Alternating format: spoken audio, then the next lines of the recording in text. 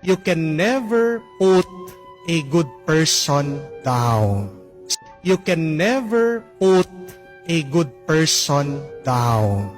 Subukan mo man pabagsak, ipahiya, siraan ang isang mabuting tao, isang tapat na tao, yung taong yan ay tatayo at tatayo pa rin.